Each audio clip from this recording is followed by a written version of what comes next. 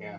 So we're here. We're here. I was like, where the Foxtrot is my YouTube and my what is it, Twitter. We got my boy Jacob here though. Well, And no, I'm not going to push the red button that says end broadcast because that would just be bad. Yeah. I wonder why my live stream wasn't loaded. And now it makes sense. Yeah, the destinations weren't set properly. That's been fixed. Okay. Oh, yeah. Hey, did you need a plug, Coach? As I can get out of one. No, I got his in there. He's good. Okay. We're good. Okay, I just wanted to be sure. All right. Technical difficulties have been averted. Bing, bing. Okay, we got it. There we go. There's a Raider fan. Boom. Yeah. Hey, Robert, it wasn't my fault. It was his fault. Oh, that way. Oh, come on. Yeah, you know. I'm left-handed. What do you want from me? We're good now. Yeah, we're good. All right. Okay. We got to stop and start the monologue all over again. All right. Hi, how are you? Hey, I'm being smug. Deal with it. Yeah, and I can do the goody goo goo dance. Hold again. on. Wait a second. Quick recap. Captain is too. Oh, he even got up again. This is a real recap. So we have Captain over here on my left. I have to point left to go right. So Captain did the goody goo dance. Alex is going to continue his smugness for all that is remembering from last show. He's just going to continue that on right now. I'm also waiting for Daddy Smug to show up too, by the way. Daddy Smug. Good old Daddy Smug. Which, by the way, may actually make for one of the greatest T-shirts ever. Like just to, yeah. There is Father's Day coming up at some point there. It's just, I'm throwing it out there. You have time to get it printed. And we is that enough characters for a Chiefs jersey? Put Daddy Smug on the back? I think it is. I think it'll work. And ladies and gentlemen, Coach Defense, all of you who are on his channel, welcome you to come and join in the chat. And for those of you who are joining us after the show, please go on ahead and share that out to other Chargers fans. And as I said earlier, for those that are now just joining us, Coach does exclusive Chargers content, but he also does NBA content throughout the week. It's a great channel. Highly recommend it. Like and subscribe. Did you say MDMA? He does content dealing with Molly, the drug. Come on, Coach. That's bad. NBA. NBA, NFL and NBA, man. Oh, I heard MDMA. So get your Tootsie Roll out of your ear. Hey, Captain, there's a whole skit on South Park, which drugs are bad, okay? Yeah. Drugs are bad. Yeah. And we'll just leave that there. So we had a rather interesting weekend in NFL. I do have to agree with many of the conclusions of most. That may have been one of the best first kind of playoff weeks in basically recent NFL memory, in my mind. We had some really, really tight games, competitive games, and frankly, great content. That sucks.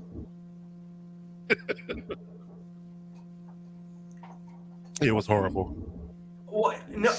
At what part of your Saturday was horrible, Coach? Because certainly the first, I would say, 30 minutes or so were probably fine. Probably about from 9:30 to the rest of the night. Yeah. Okay. That's probably when it started.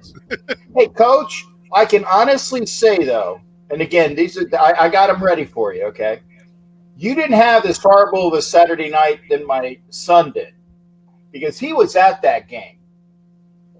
So he saw the decimation personally, drove up from Melbourne, which is about 2 hours away, to Jacksonville, and was feeling good at halftime. Wow, Ed.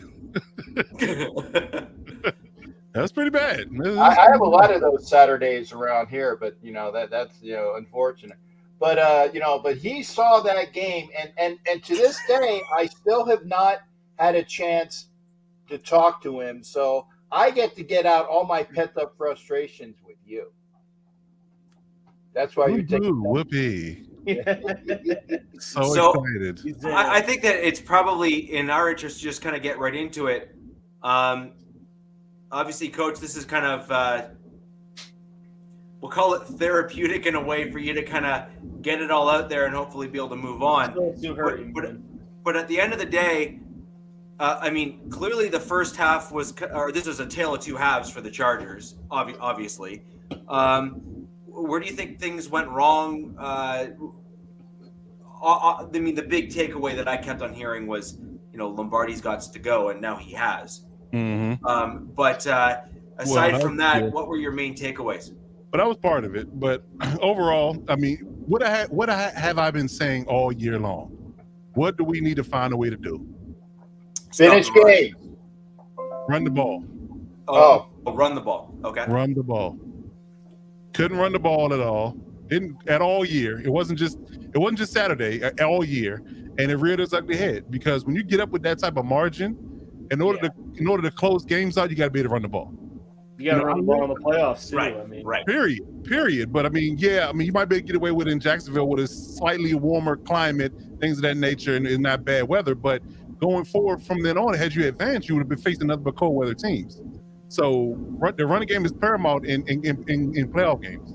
I've been saying it all year, and it's not just being hyperbolic and saying it only happened in this game. We should have been able to run the ball. I've been saying it all year on this podcast. We need to find a way to run the ball, get the run game more involved, and overall just not having an identity. Period. Like, you tell me, from a outside looking in perspective, what did the Chargers ever do well?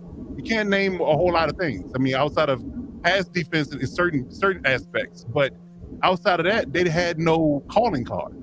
Most championship teams, most championship caliber teams, and teams that have pedigree in this league have an identity, and we didn't have an identity. We never established an identity all year long. Are we going to be at past every team, which you need a lot of receivers for? We didn't address that in off season, which I also underscored that we didn't have enough receivers in the room. You pick up poor running backs, but you never ever decide to be the running game to be your identity. Like that makes absolutely no sense. If you were going to rely on Justin Herbert's arm talent, you need somebody for him to be able to keep the ball to. That's the most glaring thing that's from the outside looking in. Well, from the outside of the game looking in before we actually get into the game. That was the biggest thing. The lack of identity exposed this team. The lack of downfield plays as well exposed this team. We didn't have any downfield threats. I looked at a schematic, and it showed Josh Allen's throw chart versus Justin Herbert's throw chart. Justin Herbert didn't complete a pass over 12 yards. Josh Allen threw the ball all over the field. 20, 30, 40, 50 yards in the air. So there's they're playing two different games. Wait, are you talking Lawrence or are you talking Allen? No, it's all Josh Allen. Oh, Josh Allen. Okay, yeah. Josh Allen. So just looking at it from that perspective, no ability to throw the ball down the field. You're making it easy for the defense to be able to play you as I only call it a one-dimensional, but yet a quote unquote,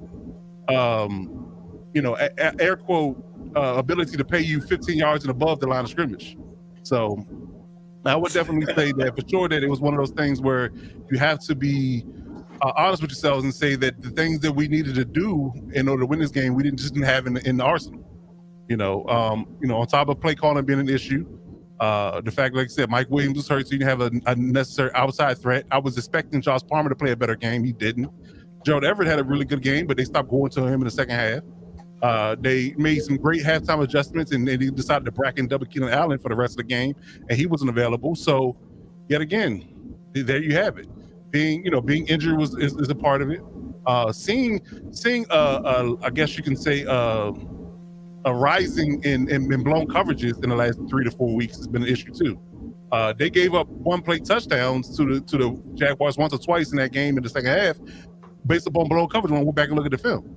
Derwin James thought they was in one coverage, and the other safety thought he was in another coverage, and they left a guy wide open in the end zone. So that right there, you can't. That type of things you can't have. But overall, all in all, you have to be able to close that game out, being up 27-0, and 27-7 going into half. So you slow the game down. Run the ball, move the clock, and allow for yourselves to be able to to bring the game on home. And I pin that on coaching. I think that the lack of adjustments they did or did not make in the second half was a telling sign of their inexperience. Like you said, Staley didn't fall on the sword, but Lombardi and the quarterback coach did for that particular reason. So, that was all in all. I mean, that was really one of the biggest things that, he didn't get Austin Eckler involved in the pass game, which was another travesty. He only had 2 receptions out of the backfield, where he averages about 4 to 5. So you didn't get him involved in the pass game when nothing was available downfield. You didn't run the ball. You allow for them to extend the game by passing, going quick 3 and outs. I literally saw Dallas go in the first part of their game, go 15 seconds in a possession. That's how short a possession can be if you pass the ball on every down.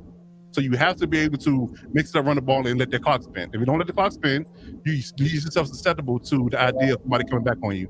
And that's what happened. The defense reverted back to the defense that we had been over the course of the season, and there you have it.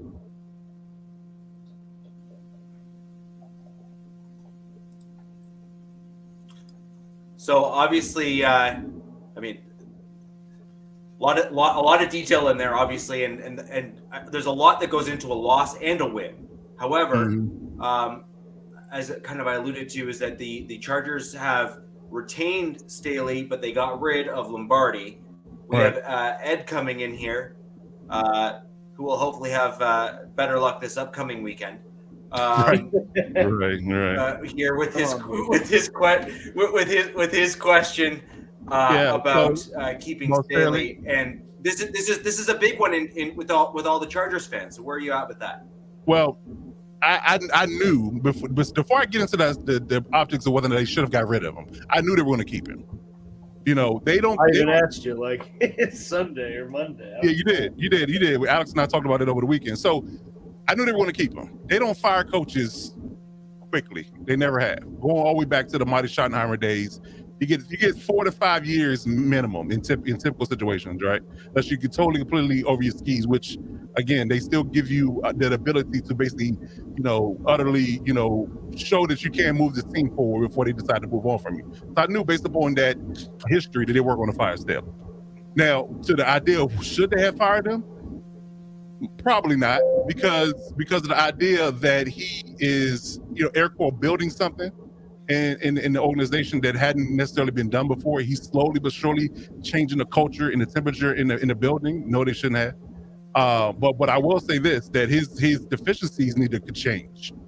I do think that the fact that he has a defensive mindset and a defensive background, he needs to fix the defense and needs to get 10 times better next season.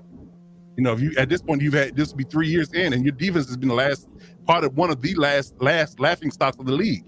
And statistically, you've been like one of the worst. Between 29 to 32, you've been last in the bottom 5 of the defensive categories in the last 2 seasons, and that's your avenue, that's your lane. So you need to fix that aspect of it. Now, of course, the offense needs to change, and they did get rid of the offensive coordinator and the quarterback coach. And ironically, too, they got rid of the linebackers coach too, Mike Wilhoit.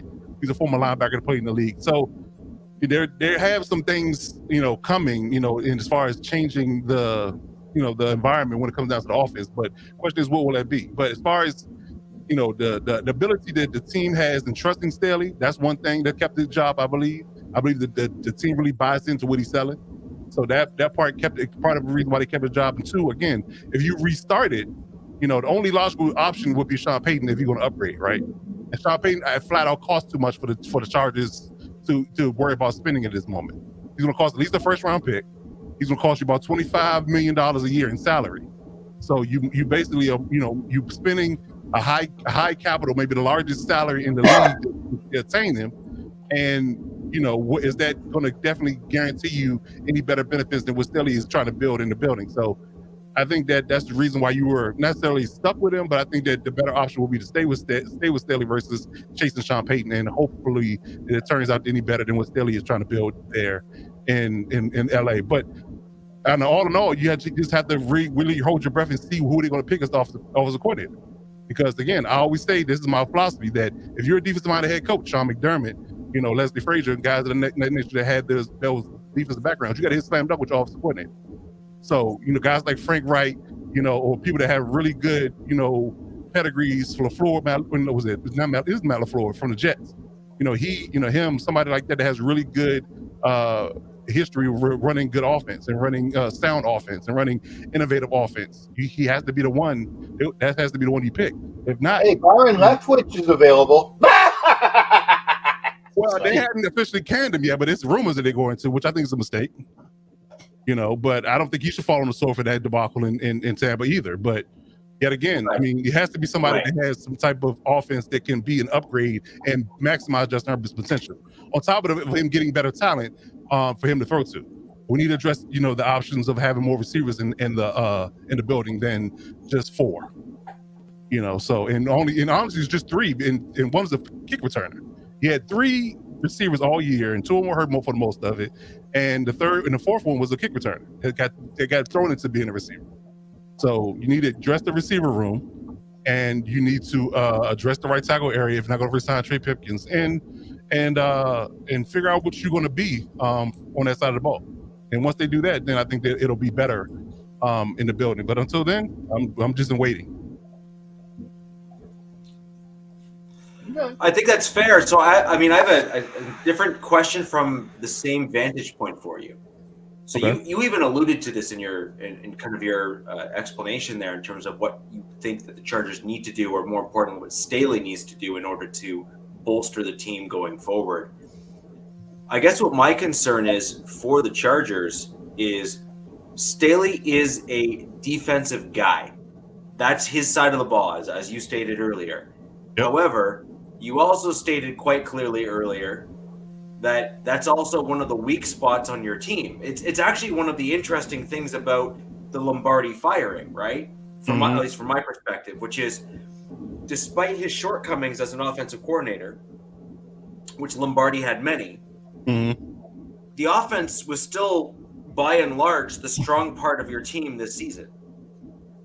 Yeah, I mean, they're definitely way higher in the rankings. Right? Yeah, way higher in the rankings than the defense was. Yes, absolutely. And to your point, I think that this is the year. I think that instead of just completely, utterly turn around his scheme and his production from a defensive standpoint, he needs to go after this year.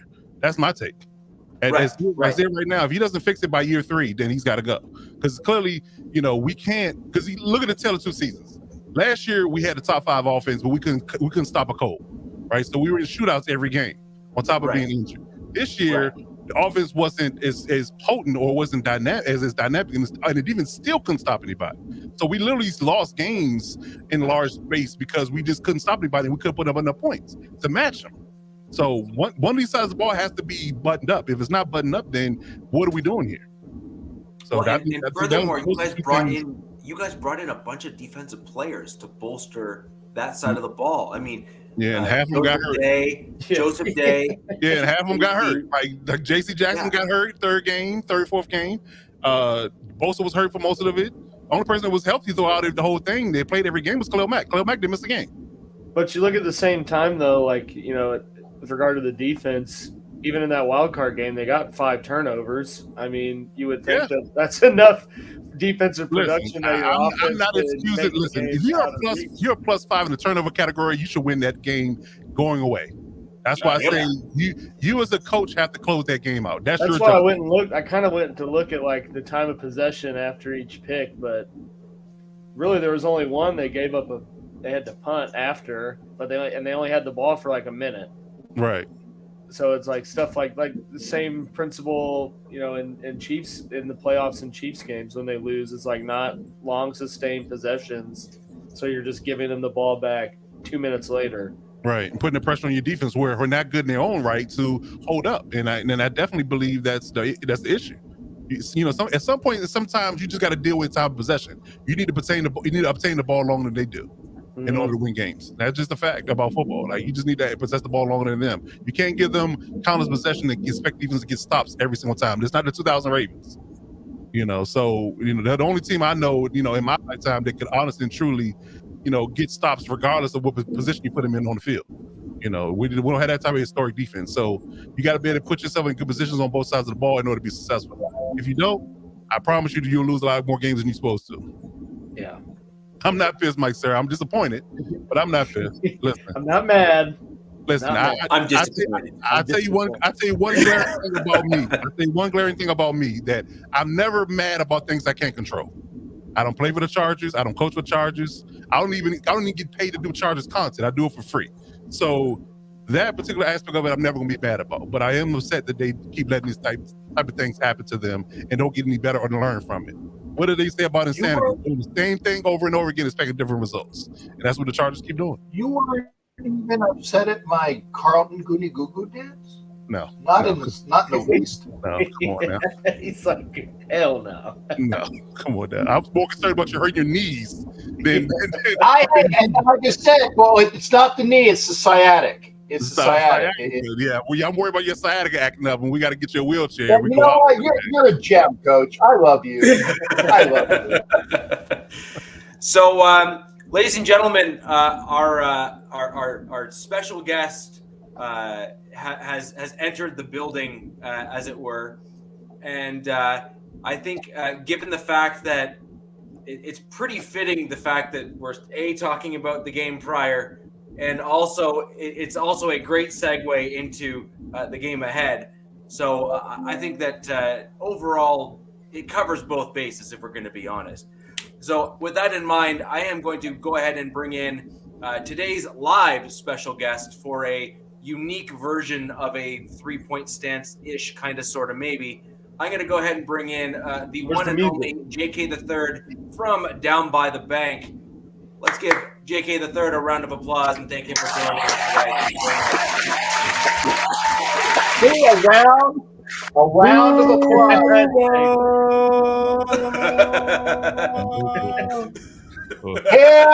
Hillsborough. It don't work like that. It don't work like that. Yeah, it does. Nah, it don't work like that. It don't work like that. I one night. So we were just breaking down a little bit of the Chargers game, and interesting things obviously happened. It was quite literally a tale of two halves in that game. Is really the best way of putting it. We saw the Chargers quickly start to lose kind of that game, and it started to slip away rather quickly there in the second half. We were talking, we've had several chats, you and I, with regards to the Jags. One of the things that you have mentioned on more than one occasion is the fact that the Jags have a bit of a knack this season for comebacks. Yeah. Why do you think that is? Honestly, man, I think overall it's just been a crazy season, but it's just been a bend don't break mentality for the Jags defense. I don't think they're getting a lot of credit, for some of the defensive efforts that they're doing and some of the things and the short fields and opportunities that they've been given. Trevor Lawrence. Of course, he's going to get all of the the accolades and things like that because of the quote unquote generational talent label that's been taken on to him as well. But the defense has been playing, absolutely lights out. And the defense has shown up when we needed them to, especially, against Dallas, against the Raiders, against the Chargers as well. The defense has showed up and, pretty much had a bend, don't break mentality for them.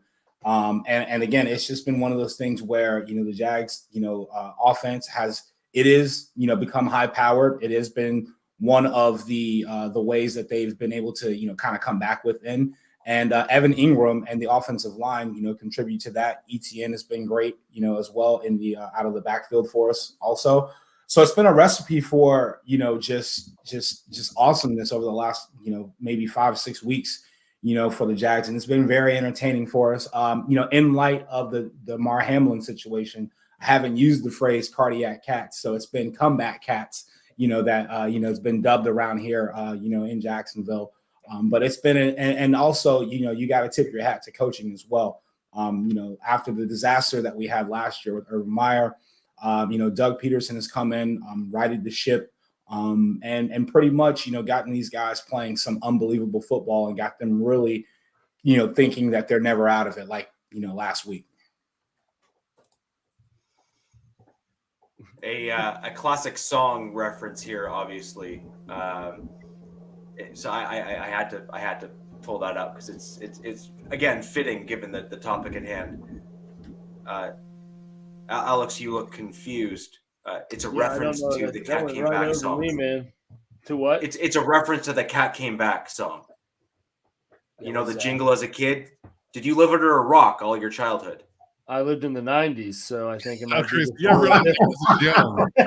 Alex is young. Well, I happen to have lived in the 90s too, and even I know that reference. We had Voltron, he had Power Rangers. Yeah. Come on now. Fair enough. Hey, I had Mr. Magoo. So, you know, I y'all are young.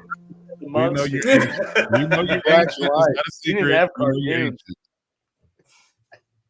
He had wind-up cars. We know.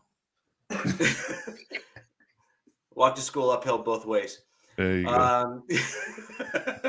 But so as we look ahead to the KC game and kind of move past where we were with the Chargers, we're into a completely different team. Certainly a team that arguably will have probably a higher degree of confidence coming into a game like this, having a good portion of their team having been both in a game like this and won a game like this before, which I think is a big deal because we've spoken multiple times, guys, on this podcast about winning culture and knowing what it takes to win and that sort of thing. And I think at this point here, we can clearly state that Mahomes and Reed and Eric Bieniemy and a good number of the other Chiefs players certainly are aware of what that threshold and what that bar is. So with your young Jags team, because I think that's another thing to throw out there, is that you're dealing with an awfully young roster on the Jags there. Yeah. How do you think they're going to try to match, or can they match that intensity, even if it's kind of blind youth, right? Like that, the blind youth aggression to just say, to heck with it, I can do it too, man. Yeah. No, they, so earlier in the year, 27-17, Chiefs over the Jags. In that game, to match kind of the intensity, call it what you want, but Andre Sisco coming across the middle a couple of times. I'll give him one, questionable hit, on Juju, but the one where Juju actually stopped prior, that was kind of, a bang play. But they tried to match the intensity there, and trying to set the message, about him coming across the middle. And Andre Sisco is, he's got the DNA of a Steve Atwater, of a Rod Woodson, type of player where, you're coming across the middle, you're going to get hit. It's going to be a clean hit, but you're going to get hit coming across the middle. And then especially, too, as far as some Atkinson, you missed Tatum. Come on, man. If you're going to say hits, I was born in 86, bro. I was born in 86, so you cut me a little slack. Yet again. Cut me a little slack, man. Cut me a little slack. But I think, that young hungriness has gotten them into trouble sometimes with, our rookie, defensive end, Trayvon Walker. There's been a couple of times where he's, gotten some late hits on the quarterback, and especially last week against the Chargers, there was a questionable roughing the passer call, but still, you gotta stop. They're all questionable. But I won in the Vikings game. Oh God! That was Lord. That was ridiculous. That was egregiously bad. So I think as far as them matching the intensity, the Jags have played over the last 2 weeks, actually the last 6 weeks. It's been a win or die because, we had the Jets, we had the Titans twice, and then the playoff, or not the playoff game, but the quote unquote playoff game of the last season, where to get into the playoffs with the Titans, there was pretty intense. So pretty much they've been playing pressure cooker games, the last month and a half. And I think the defense is going to try to match the intensity in Arrowhead. This will be my second time going to Arrowhead, and in my opinion, there's no place like it. I mean, I didn't go to. I didn't go one more time. There's no place like it. I'll be completely honest with you. I didn't go to. I haven't gone to Oakland. I haven't gone to Oakland. When it was the black hole. I have been, to a couple of stadiums that are some hostile environments, and Arrowhead is, one of those places where, these guys get rolling on you, and it's tough. So I think that we're going to be able to, the way that they can match the crowd noise there in Arrowhead is going to be getting some third and longs, some big stops. And then also, I think, we're going to have to, as impossible as it may be, you're going to have to keep Mahomes at bay, however you decide to do it. However, Doug is going to try to, Doug and, team, or however they're going to try to do it, it's going to be tough. And, matching that intensity is going to come from the defense, as far as the defensive line with Josh Allen, and then also with Rayshon Jenkins in our secondary as well. The young linebackers, it's going to be a true test for them. Your Devin Lloyd, your Chad Mumas, but we do have our, Mike in the middle, Foye Oluokun, who is the leading tackler in the NFL. He's not a casual fans guy. You're not going to know him if you're just a casual NFL guy. You got to be a real, film watcher and stuff like that, and real NFL watcher to pay attention to him. And by the way, was absolutely snubbed, from all Pro Bowl selections, anything like that, which was terrible. But I think that's the way that they match it, and they come out hot. We know that Arrowhead's going to be rocking. And I think, honestly, low key, I think the Chiefs have been looking at this one as a kind of like a get back game, especially for some of the plays and some of the volumes of that game happened. I mean, you know how it was. You watched the game. It was chippy, and I think this is going to be an opportunity. It's the Cisco receipt game, man. Yeah, that's what it is. That's exactly what it is, man. They started the game off with an onside. Right. So they're going for everything. They ain't right, and that's what's so dangerous about this, because they're going to have to steal possessions again, but the stealing of the possessions are going to have to come in the form of Jamal Agnew taking it back on a kickoff or a kick return or a punt return. It's going to be the defense getting a fumble. I think the last time they played, they had 3 turnovers. Pacheco put it on the ground a couple, one or two times. It was 27-17, and +3 was Jags +3 turnover. Yeah. So, and then from that +3, and then you have the stolen possession on the onside kick. You get, and all of them negated to no points. We didn't get any points off of any of those, things. And we got to capitalize on that, especially, in the playoff game, that we're in right now. Yeah, no, I mean, that I definitely, agree. It's probably going to start off being a pretty chippy game, I'd imagine. But I mean, I think, out of the, I guess, AFC or remaining playoff teams, I mean, Jacksonville's right up there to be able to compete in a track meet if it gets to that, which, I mean, KC's going to score. They're going to find ways to score. They do. They're number one offense. I mean, Mahomes is probably should be the MVP. I don't know how he wouldn't get it at this point. So, that, I mean, to me is the biggest thing is like I said, the past few weeks when the Chiefs have had close games, it's because they've kind of done it to themselves.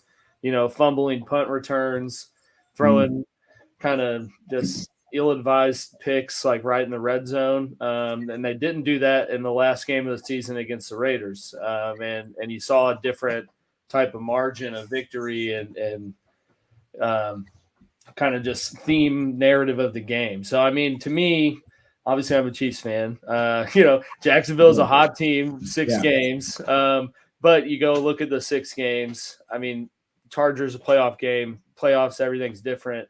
But before that, outside of the Cowboys, it was playing Josh Dobbs. It was playing Mike White. It was playing, not guys in the playoffs right now. So, it'll be interesting to see how it matches up, going into the next level of the playoffs. But, like I said, playoffs, anything can happen. I mean, no one picked the Jags to win last week. I was pulling for them, but I pretty much assumed it was going to be a Chiefs-Chargers, rematch, which I didn't want because, you saw, contraire, speak for yourself.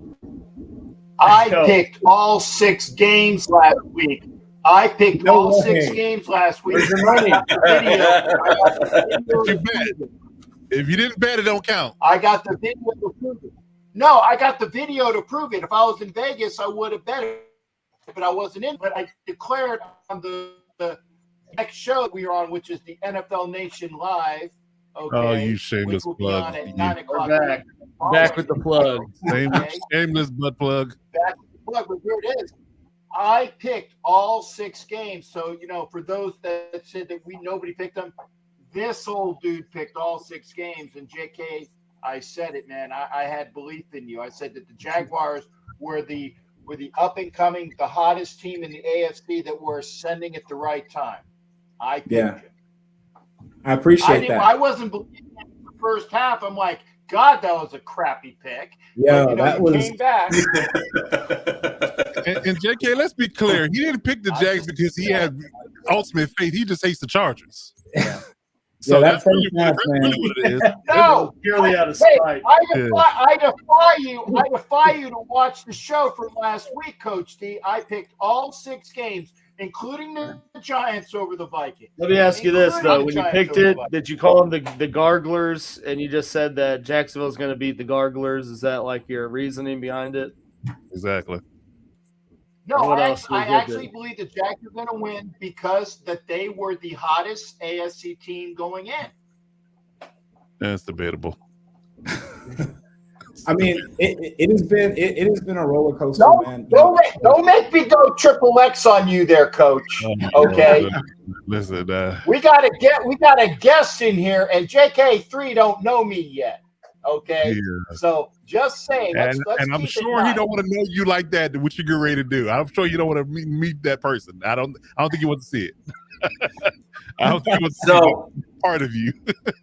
So the one thing that I do wonder if I'm trying to think what we saw in this past game and how you can get around it. Yeah. So again, harping back to some of our prior conversations. Is you've had recent games where Lawrence has been the reason. Yeah. And that has actually been one of your team's biggest issues, is that he has kind of been there, but never the reason. And now he's actually starting to become the reason in many of these games, which is what the Chargers have had with their team, with Herbert, pretty much since he entered the league, which is a huge windfall for the Chargers in getting that guy finally for their team, which frankly is rather fortunate for them because they went from Rivers, who was a pretty darn good quarterback to begin with, and then they went to Herbert, who, if anything, it was a seamless upgrade at that position, which you almost never get when you transition to a rookie. So I think they must be ecstatic. But when I look at the Jags in terms of that might be the only thing we get right as a quarterback. It went from Drew Brees to Phillip Rivers to Justin Herbert. Well, and it wasn't even going to be Herbert until you effed up the other one. So, well, yeah, sabotage Tyrod Taylor, exactly. Yeah, somebody tried to kill him. somebody passed that mafia duffel bag. Yeah. Got Tyrod up out of there. Give him the sniff. Yeah. There you go. Hey, you want us to we should go talk to him for you. You know what I'm saying? It fell off the effing truck. You know, talked about it over some gabagool. There you go, Vinny. Yeah, the gabagaboo. Well, the real answer to that is the real good old boys there. They measure their cars by the number of bodies their trunks fit, and so it's either a 3-body, a 4-body, or a 6-body, and that's really what makes the difference there. And you should know this because your team's in Vegas. But hey, leave the gun, bring your canola. You know what I'm saying? But getting back to where I was kind of going with that, JK, which is Lawrence did what he's done in some previous games against the Chargers. He looked shaky, and not just a little bit, a lot. Yeah. How can Peterson, ultimately, in my opinion, it kind of falls on Peterson to put together a better game plan. What can he do differently to not have that same start? Yeah. I mean, and he's looked shaky. I mean, you go back to the Jets game. The Jets game, they turn over the ball first, the first possession. Against the Titans, he looked shaky, as well as far as, the offense coming out pretty stagnant. And then, more recently, last week, it was, I mean, that's the worst start you could, arguably have as far as a quarterback coming in your first playoff game. You got 4 picks, and then you had the pick in the pick in the second quarter, and then you had Chris Claybrooks on punt return. You got a fumble off the top of the dome or the helmet. So that being said, man, I think the best way that you come out, in a hostile environment, is to get some good rhythm plays. I think, you have a script, out there. And again, most people, most teams, they say they do have a script, but I think the script here is to really just go ahead and assess control and assess dominance. You got to get ETN going. So whether it's out of the backfield with him, whether it is, getting him out into the flats, you got to use Jamal Agnew, which I think that's going to be the key to victory here. Is Doug is going to get creative with Jamal Agnew. Not a lot of film on Agnew here, gadget player. I think you get him into some good rhythm plays, and then you go and progress down the route tree with Evan Ingram, with Christian Kirk, with Zay Jones, and get him comfortable in the situation. I think he's got to get a couple of completions under his belt before he really starts feeling the juice, and then, it's going to let him fly. I think another thing, too, is going to get him settled down earlier, too, is going to be the chunk plays. So the 30-yard route, a good 20-yard, a really good chunk play is going to really kind of loosen those nerves for him. Again, this is going to be probably the most pressure. The pressure seems to be rising each game they play. You play the Titans, you got to win. Well, you beat the Jets, you increase your chances to get to the playoffs. You beat the Titans, you get into the playoffs.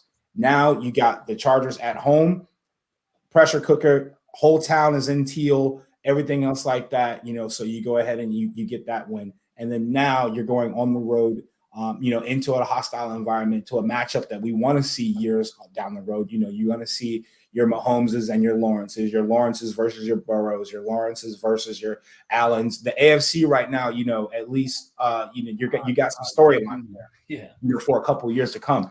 So, but I think, most importantly, the thing that's going to really, really get him, comfortable is if the defense can come out and put a stop.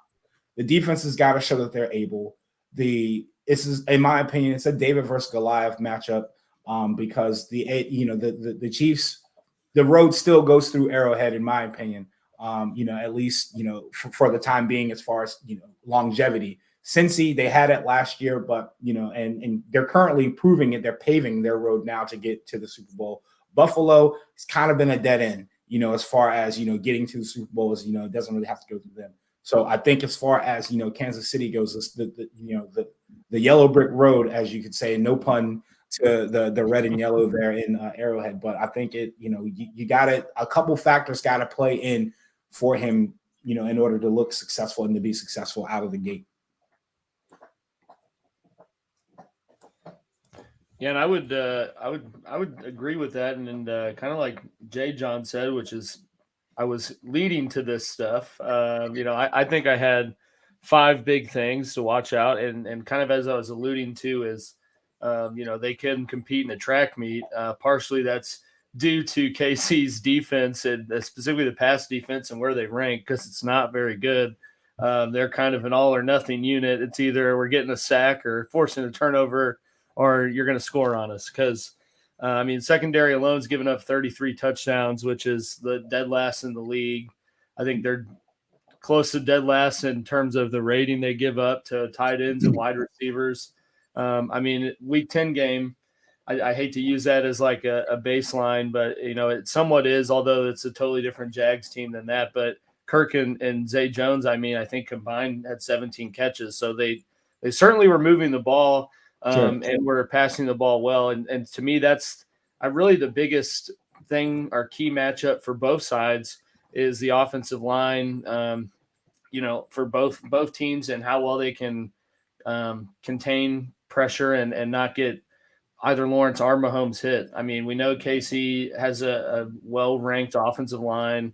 I think they're 3rd or 2nd in sacks allowed. Jacksonville is a little more towards the other side, but then you look at the Chargers game, and they contain Bosa and Mack pretty well. I think I wrote it down somewhere. Lawrence was only pressured on 18% of his passes on 49 dropbacks, which you told me you have where they were top 5 in sacks allowed this year. So you told me a line that ranked in that through the longevity of the season was going to, only give up 18% pressure to Bosa and Khalil Mack. I'd tell you, you're smoking crack. But yeah, our offensive line, dude, number 72, Walker Little. Cam Robinson went down earlier. Oh yeah, Walker Little's a good back, good. Bro, I mean, Walker Little is a man. He's an absolute man, dude. And so between him, our center Fortner, who's a rookie, by the way, Fortner, been playing lights out. And then you got the right side with Brandon Sheriff and Jawan Taylor. Now I think containing Chris Jones is going to be that's where the money's going to be made right now between Fortner and Sheriff and Jawan Taylor on that right side. But Chris Jones is everywhere. He lines up at rush end, he lines up at defense, he lines up at the nose tackle, he lines up in the B gap, he lines up everywhere. So containing that along with Carlos Dunlap, as well, is going to be it's going to be tough. And I think that this is going to be for it to be a 4:00 game. Or 4:30. Well, I'm going to KC, so I have to remember 3:30. Yeah, 3:30. Central 41 time. degrees. So you lucked out. It's supposed to be snowing too. So I don't think so, but I think here, so I'll be good. But I mean, I think it's going to be a lot interesting than what a lot of people are saying. No, I agree. I mean. Like I was getting at with the pressures, looking at the Week 10 game, like you guys had +3 turnover margin, but KC had 5 sacks. And I bet if you go really fine-tooth comb through it, those 5 sacks came at pretty pivotal moments of, third down or, a key drive killer of the game. So, I mean, to me, and that's going to be the story for either side because that there's going to be points scored. Peterson is an Andy Reid disciple. He's from the Reid tree. He's an offensive guy. He's been in playoffs. He's done stuff like Philly specials. Yeah. So he's going to have some cards up the sleeve to put points on the board, and that's going to be, to me, the biggest thing is who's going to apply more pressure and who's going to be in the backfield more to negate some of the big explosive plays. Because I mean, both these teams are set up that way. That's how they're set up for. Etienne's more of an established runner than Pacheco. As much as I'd hate to admit, and he is a baller, and he had like 109 yards last game. But I mean, either way, the tools that both Lawrence and Mahomes have are set up to be very explosive units. So it's going to really depend on who's getting sacks and who's pressuring, in the backfield. To see, it's going to be the driving point of success really in where this game goes. I'm looking for another historic win. Against the Raiders, the Jags, they shut down Oakland when it was the last game in Oakland. I'm looking for a historic win. The Chargers last week, historic comeback. So I'm hoping we'll talk about that when we're done with this. No, give me 1 second. And my last historic victory that I'm hoping for this weekend is Trevor Lawrence's first trip to an AFC divisional, matchup with a win over, the Chiefs. So, hey, and we can't forget Trevor Lawrence is yet to lose on Saturday. I know Jags fans don't want to say it, but I'm going to say it. He's never lost on Saturday. Quit saying that, man. Quit saying that. No, I definitely agree that it's going to be a great game. It's going to be totally different than Week 10 was. You guys. I knew that if you guys made the playoffs, it'd be a totally different team because you're so young. You get your Trevon Walkers and those guys to develop. They're going to be different players week in and week out. So it's really going to come down to the trenches, but that's just football in general. But especially in this game, just because you got a team riding high with Trevor Lawrence is a great QB. So they're going to move the ball. Mahomes is going to move the ball. So we'll just see who can contain it a little bit. And expect a lot of teal in Arrowhead, man. I think a lot of Jags fans, plan on making the trip. The crazy thing about this, because I've been out west to Arrowhead before. I went to LA last year for the Rams, Rams and Jags fans. This is an opportunity for people on the West Coast to kind of really put some skin in the game and actually get to a game. Tickets are still available on the secondary market, as well. But I think it's because, KC is looking a little bit ahead. They're looking for that revenge game, looking to get back with the Bengals, and then, also, Allen. So as far as any of the Jags fans that are out West, plan on making the trip. We've got tailgates and things like that already set up in Arrowhead. Wear your teal, and let's show them what Duval's about. You got to get some KC barbecue too. So, oh come on, man! Dude. Q39. That's what I was gonna tell you. You got Joe's Q39. Yeah, Q39. I went to Jack Stack. I had the Z-Man sandwich. I went to Arthur Brown. I went to Gates. I did as much as I could. But Q39 is where it's at.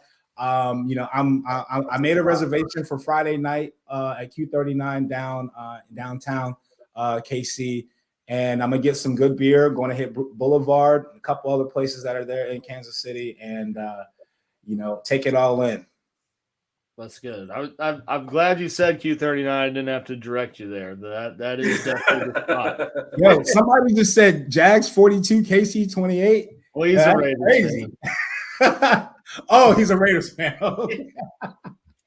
I think that's been the coolest thing too, is that most of the AFC West has, from our Twitter and everything else like that, most of the AFC West has just been like, take down the Chiefs, you know what I mean? And and it just shows the strengthhold that you guys have had on that division over the last couple of years. So you guys are rooting for the AFC Patriots now, man. It's come full circle. Jags to pull it off. I say anything about the Chiefs, I just get hated now. Apparently. Yeah, I'm pretty sure you're getting the general consensus from the AFC West, where our general mood is the end of any Mortal Kombat fight, where our general echoing is finish him. Yeah. Well, one of their teams couldn't do it, so yeah.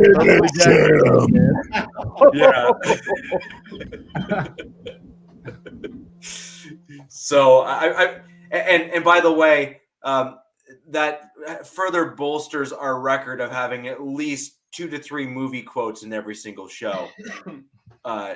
Which we might get into records as we keep going through the season, because we haven't failed yet. So we seem to always be able to work them in. But I still think the biggest thing for you guys, in my opinion, is for Peterson to develop a script of sorts that counters the Chiefs initially, to get Lawrence over that initial jitter phase. And I just hope that you guys can figure it out, because I truly think that that's going to be the piece that'll make or break this game, because I don't think the Chiefs are going to be like your other games where you're going to be able to bounce back that aggressively, simply because the Chiefs have also shown this season that they too can start just lighting it on fire and playing catch up too. So I don't think that you're going to be able to break away like you guys have done in some of these like 3-4 games, say in games past, where you've been able to the last times the Chiefs played an AFC South team, they came back from down 24 points. So yeah, like it was nothing.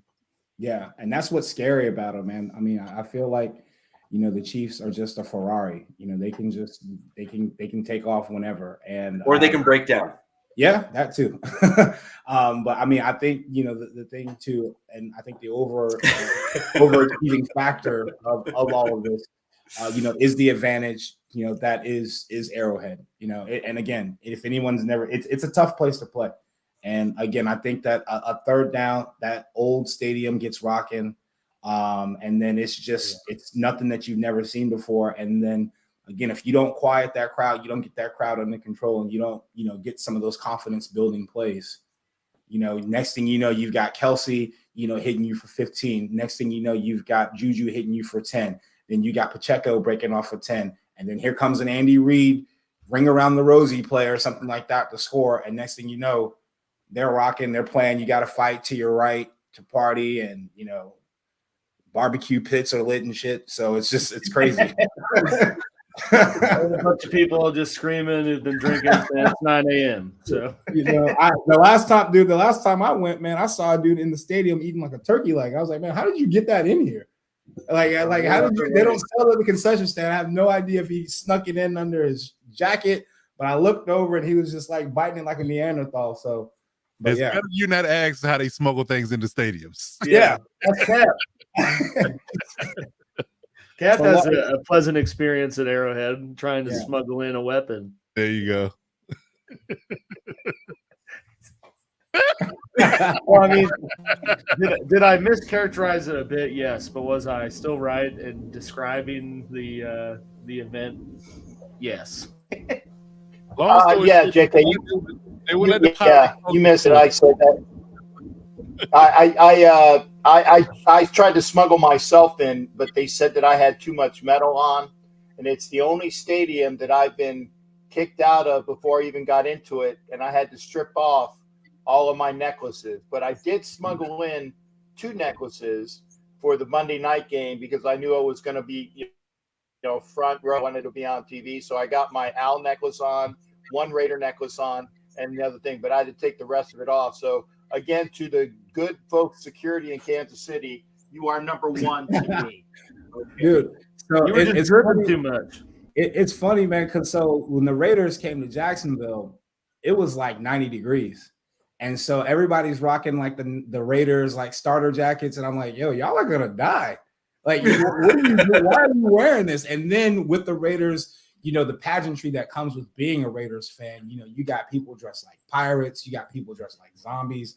And I saw this one dude, he had on like, he looked, it was probably. You were quite literally sitting below the pirate. Yeah, it was literally this guy was dressed like it must have been the most realistic Darth Vader costume I've ever seen in my entire life. That part I appreciate. As a Star Wars fan, I appreciate the Darth Vader costume. No, the cape was leather. This guy's walking around Jacksonville, Florida with a leather cape on. Wow. And it's like, yo, I hope you have some air conditioning going on in there. Something. So it's dedicated. JK, I live over in Tampa. I know about Florida humidity. That's why I gave you the Hillsboro, because every time I hear Duval, I always go, Hillsboro, and they're like, dude, I'm like, yeah, I know. You would have gave me a little bit more street cred. You would have said Polk County. No. Polk County is where Polk County is where all of the thugs. Yeah, Polk County. Go from.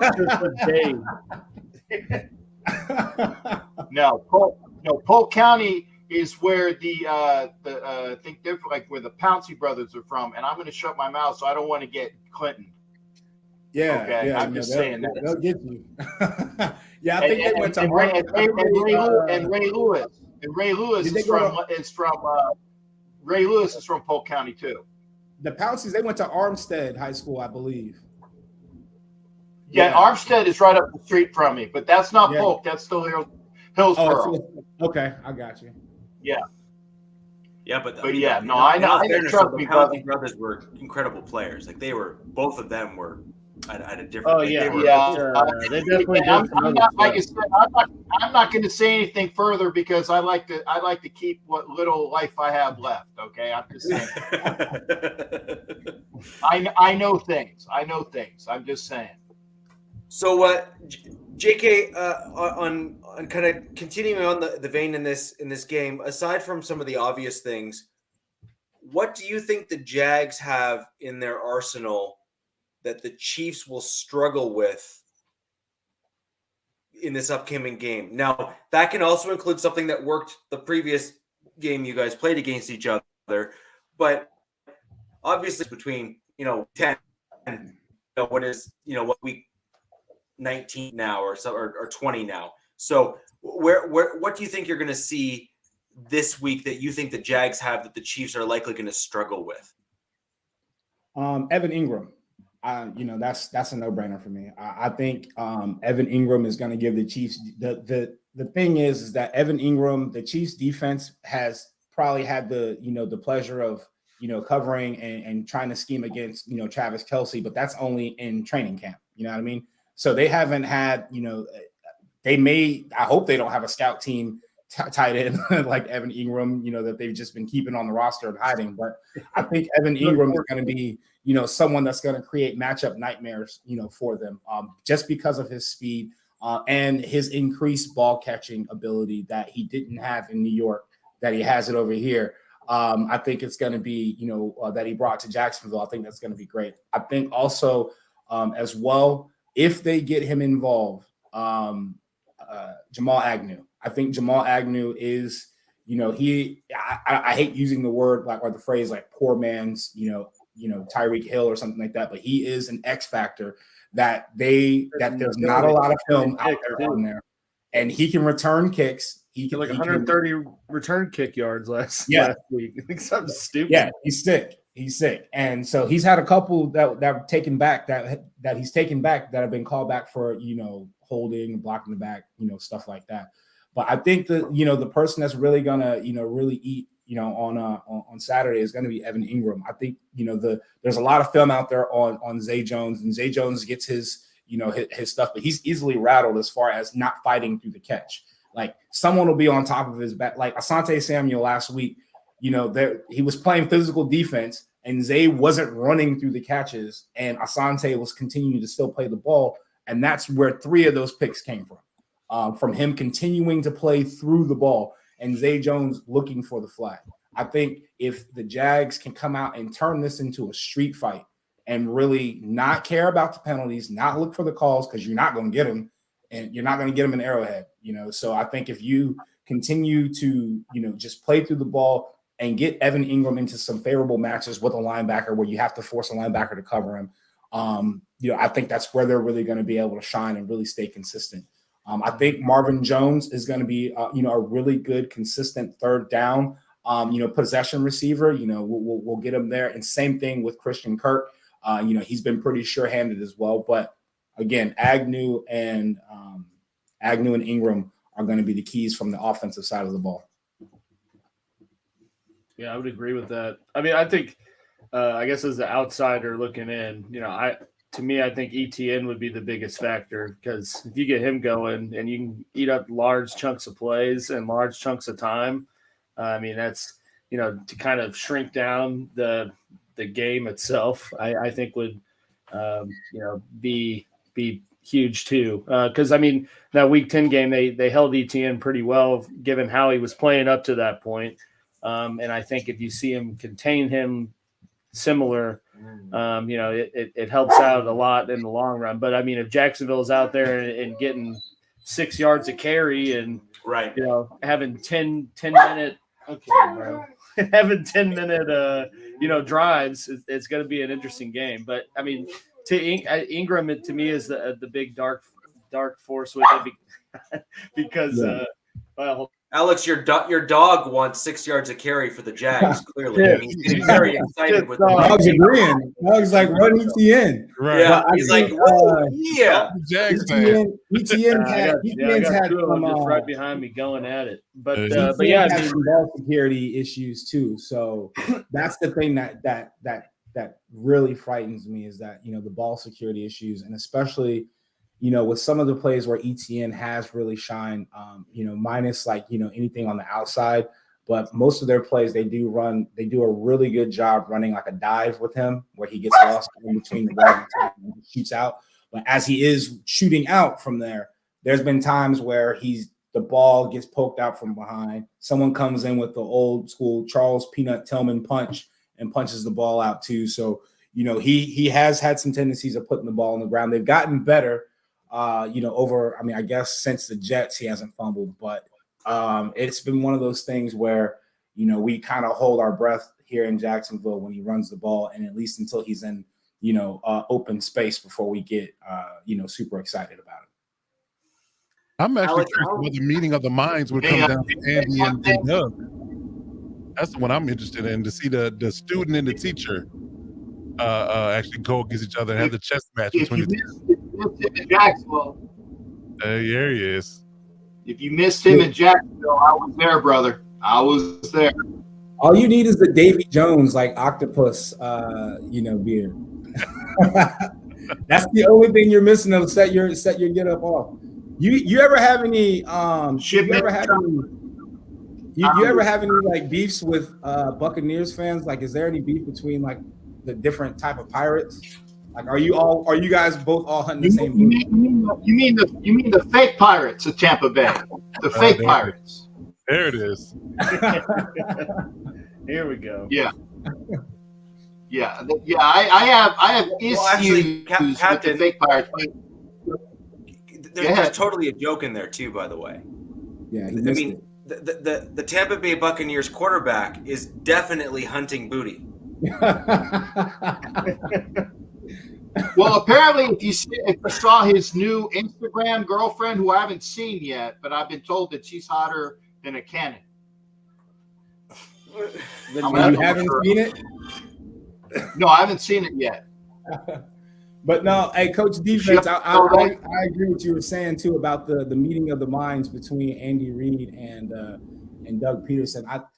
So last week, when we talked, about the Chargers, and when we had a Chargers podcast on as well, that's where I put the extra tick in the win column for the Jags, because Brandon Staley, versus Doug Peterson as far as coaching experience goes. Oh yeah, I definitely had a coaching gauge. That's where I said, look, this is where it's gonna really be. Like, Staley is great, and playoff experience too. Exactly. Yeah, and Doug's got it also. Doug's all the way to the end. Right. Doug's got the experience too, coming from KC. Right. So I think he's telling everybody what playoff atmosphere is like in Kansas City. Like, he's lived through it. He played for Reid. And right. So it's like, all of his ideologies and schemes to some degree. That's why I say it's going to be a chess match. Undertone. I feel like it's going to be a chess match between the two. I think it's going to be a high level coaching expedition in this game. I definitely believe that. Yeah, and both teams aren't afraid to go for it on fourth and whatever either.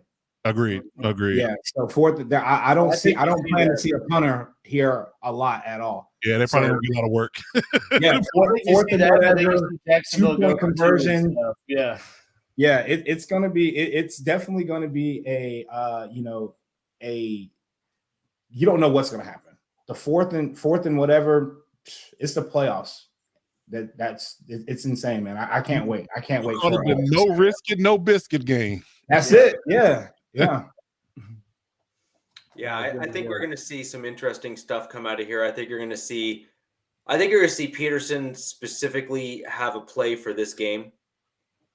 I think that there's going to be something like that too. And I think Reid will have something that he's going to put. Like, again, they are literally coming from the same. They're the same mental Spider-Man meme, right? Cloth, they're cut. Yeah.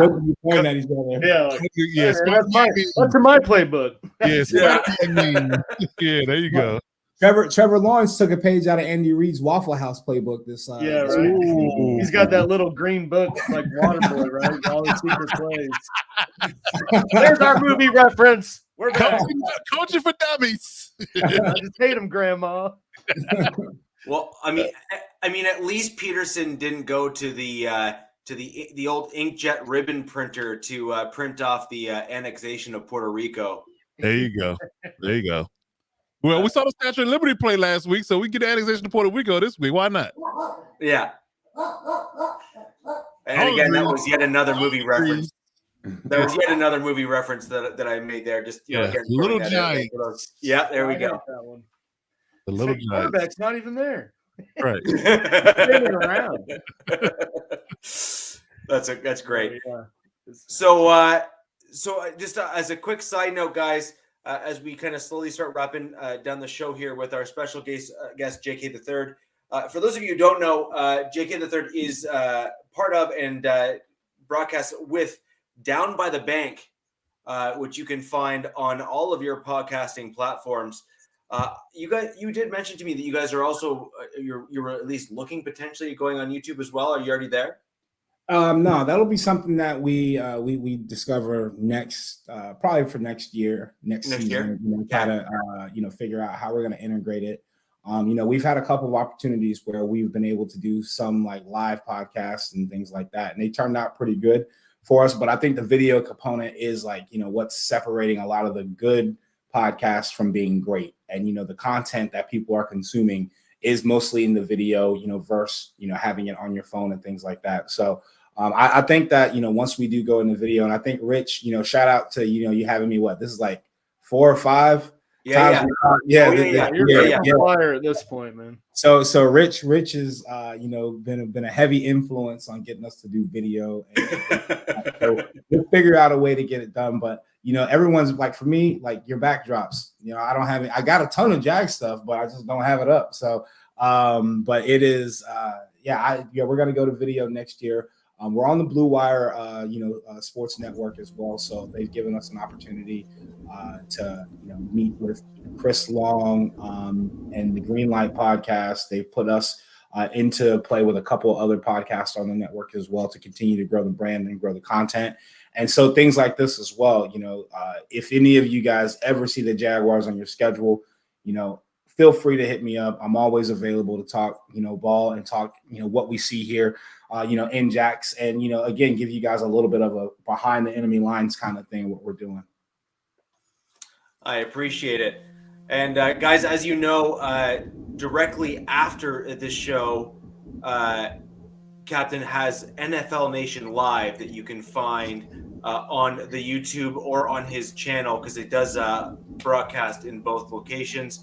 JK, you may not be familiar. NFL Nation Live is headed up by a former NFL referee, goes by Ref Guru if you track him down on Twitter, and gives some really great insight in terms of some of the inner workings of the officiating side of the game on that podcast, which is super interesting. That is where Jacksonville lucked out. Carl Cheffers is not going to be in KC, so that's good.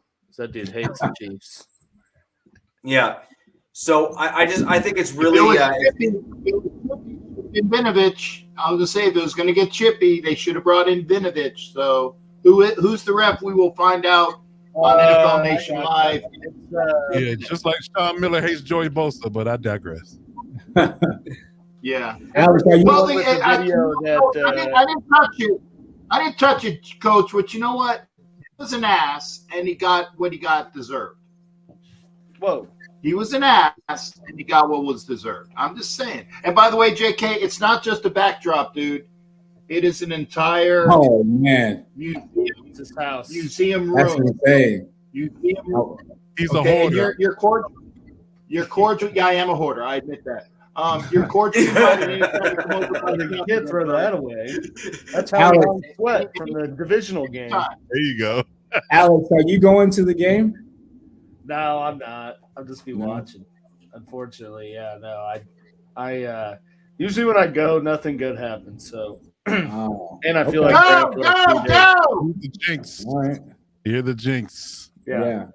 Been to the last 2 games I've gone to were against the Bills and Arrowhead, and we know how both except the playoff one. I didn't go to that. Okay. Cool. Well, now I was gonna see, shoot you my info. We could track down and shotgun a couple beers, out there in the park. Dude, I'd be all over that. Hey, if they play again, I'll make an effort to go. And for sure. For sure. Well, it's gonna be fun, man. Like I said, a ton of Jags fans. Southwest has a couple flights leaving here like 30 minutes after each other, and like I said, I think that those couple flights, at least coming out of Jags, are gonna be pretty rowdy. And if you hear of a plane emergency landing somewhere, it's because we've taken it over because of the amount Rowdy of Jags. How about a score prediction from each one of you before we wrap up? Yeah, I think it's a good idea. Yeah, I thought about this long and hard. I'm not really a person that likes to give score predictions, but when in Rome, we'll go ahead and do it. I'm going 28-24. Jacksonville Jaguars. Trevor Lawrence gets his first trip to the AFC divisional title, and Duval goes crazy. Nobody's working. Nobody worked this week. Nobody worked last week. We're not working next week. Continuing on the Christmas vacation, right? Yeah. Dang. Well, I think I would. I'm going to give it a little. I think it's going to be a close game. I don't see the the margin being 10 points or higher like it was. So, I mean, I think 7-point game is going to come down to the last possession, but I'm going to say 35-28 KC. Exciting game. Okay, let me see what the line is this game while we're at it. Line, I believe, is 8.5. 9. It was 9 last I looked. 8.5. 8.5. 8.5. A little bit. Wow. It's slowly coming down. It started off at 10. Once the game was announced last Sunday, I think the game was, Sunday morning when I checked it, the early line was 10, and so now it's down to 8.5. If it gets to 7, I'm taking the Chiefs. Wow. If either of those scores come true in either kind of finale, whether it be the Jags or the Chiefs ending up winning, that's a very high scoring game. Well, I think it's going to be one because I mean both teams are more offensive than defensive. I mean, sure, the defenses have played well at times, but I think if you look at the season as a whole, there's more production out of the offensive side than the defense side. I mean, I don't know, I might be mischaracterizing the Jags a bit, but I mean that's kind of the outside impression I have of them. I don't know, is that wrong? I mean, it's one of those. I don't want to give too many keys to the kingdom away, man. But I think you're right on. I think you're right on with it, and it's exciting because the Jags haven't had a high-powered offense like this. It's an exciting time here in Jacksonville. Because first year our expectations have been tremendously exceeded, and I think that the way that this team has this. This back against the wall, do or die, type of mentality right now. I think you go out and you prove it, man. And you rock KC shit in the beginning of the game, man. You got to go out there and you got to hit them and let them know where you're at. And then, hopefully, we see an entertaining game. Richie, what's your prediction? I need one from you. Come on. Just say what you say every week. I'm going to probably go. I think it'll be something like a 31-27 kind of thing. It'll be somewhere in that range, and I'm thinking that this one, the Jags are going to pull off over the Chiefs. Thank you. That's all I needed. I just needed you to pick against KC as you've done this whole season, and look where it's gotten us. So. Sounds like you're keeping receipts, Al. Oh, yes. Oh, I am. Yes. Oh, see what you don't see is the chart that he has over on the off camera. Right. Little diary notes. He got a big little journal notes. Receipts he keeps up in his room. January 18th at 7:53. Richie said this. all post-it notes. Post-it notes. Yeah. Well, I mean, in his particular field, I mean, they quite literally keep 3M in business. Not me, man. I'm paper free. Everything. So, anyways, guys, I think that'll about do us for the show. For everyone, for those of you who are joining us after the show who were not able to join us live, we appreciate you joining anyway. Once you get to this point of the show, go ahead and leave your score predictions in the comment section down below. We'd love to hear what you have to say about this particular game. If there's any questions that you missed and you want to yell at us for not asking JK the Third, you can also leave those in the comment section down below. And if I think they are good enough, or if we think they are good enough, we can go ahead and perhaps get those answered ahead of the game and tweet them out to you guys if you are interested. As always, please like and subscribe to all of our channels and go ahead and follow our guests' podcast there wherever you consume your podcast content. And again, that's JK the Third, who's got Down by the Bank there now added to his name, so that you all know how and where to find him and his crew there on all of those podcasting platforms. And guys, until next time, where the West Side is the best side. Peace.